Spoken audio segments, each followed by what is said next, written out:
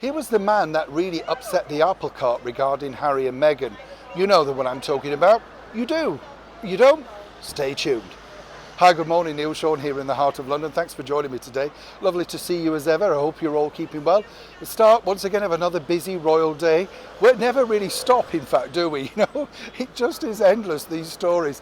What I always found fascinating about this particular gentleman, though, is he truly was at the heart of everything.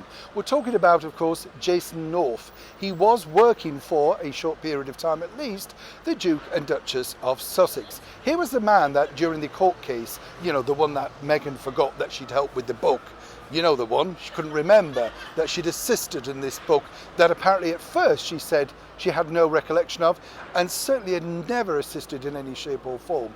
Well, he was the one that spilled the beans about the texts and all those sort of things that they subsequently then assisted with the book.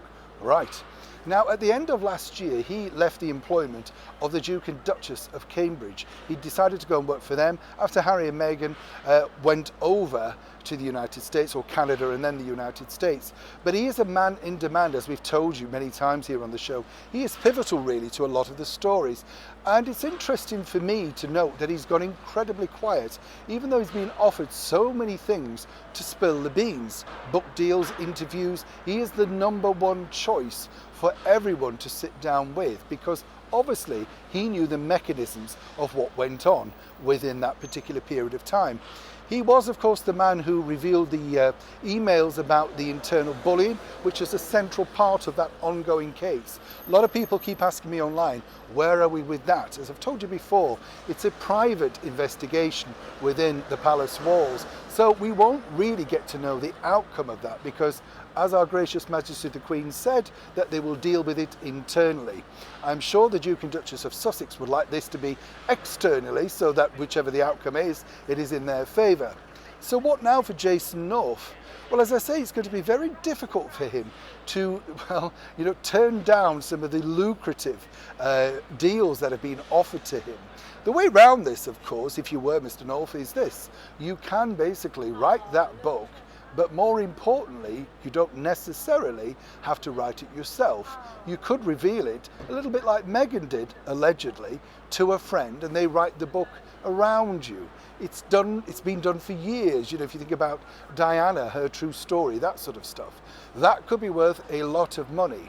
And right now, that only is one of the most threatening things for the Duke and Duchess of Sussex, because if he was to reveal the true inside story, then it would make the forthcoming book by Tom Bower, which I know everyone is eagerly awaiting, particularly those who are of distraction and not particularly supportive of the Duke and Duchess of Sussex, are waiting. But I often think this with these books. It is, as the Queen famously said, recollections may vary. Some people may think it's excellent, other people's recollection may be totally different of that. So unless you truly hear it from both sides, are people telling you a story because they're being paid by that particular publisher? Or more importantly, is it something that they want to get through revenge? Only us, the reader, can truly decide the right narrative in the end. But as I say, for Harry and Meghan, the chase for Mr. North is certainly not over yet. Neil Sean in the very heart of London.